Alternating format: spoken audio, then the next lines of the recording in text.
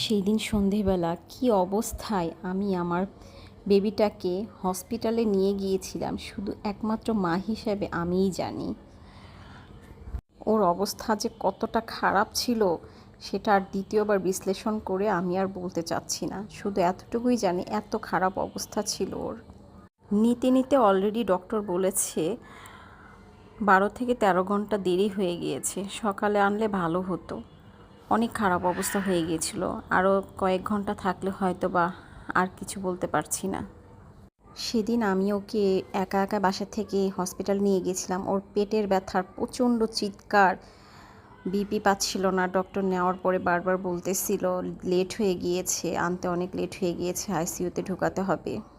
যাই হোক, আল্লাহ যা করে মঙ্গলের জন্যই করে। ওর বাবা একটু দূরে ছিল, আসতে আসতে একটু লেট হয়ে গিয়েছে।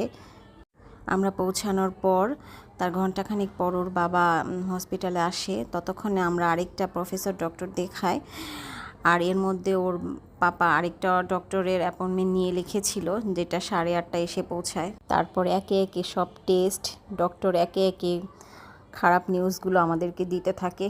যাই হোক, ওই চিন্তার বাদ দিই, ওটা আর সামনে আনতে চাচ্ছি না। তো এখন আলহামদুলিল্লাহ অনেকটা ভালো আছে। সবাই দোয়া করবেন ওর জন্য, ও যেন পুরোপুরি সুস্থ হয়ে আগের মতো স্কুলে যেতে পারে, আগের মতো আপনাদের মাঝে ফিরতে পারে। সবাই ওর জন্য দোয়া করবেন। আল্লাহ যেন ওকে খুব তাড়াতাড়ি সুস্থ করে দেয়, আর যেন দ্বিতীয়বার হসপিটালে না যেতে হয়।